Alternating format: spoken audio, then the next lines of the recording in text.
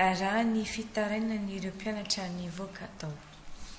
Efantatra avokoa ny fitaovana anaovan'ny mpianatra ny fampiarana ao amin'ny Université Polytechnique natsirana amin'izao fotoana izao.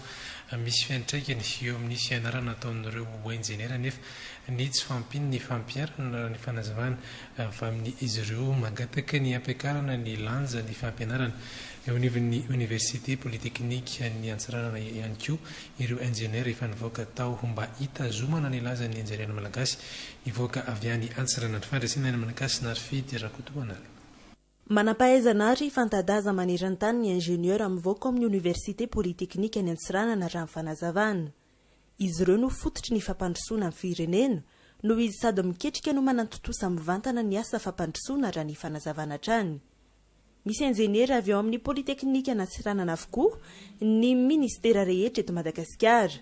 Misedra olana nefa amin'izao ireo mpianatra mbola mandrato fahaizana ao amin'ny Polytechnique antsiranana noho ny tsy fisian'ny laboratoara fanaovana fampiarana. Ingénieur sortant de Goa dia ao anatin'ny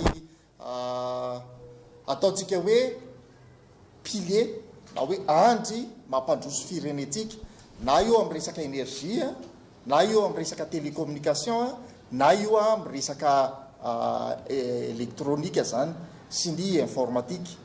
Raha tsy tentsika ny ao amin'ny énergie betsaka ny ingénieur zay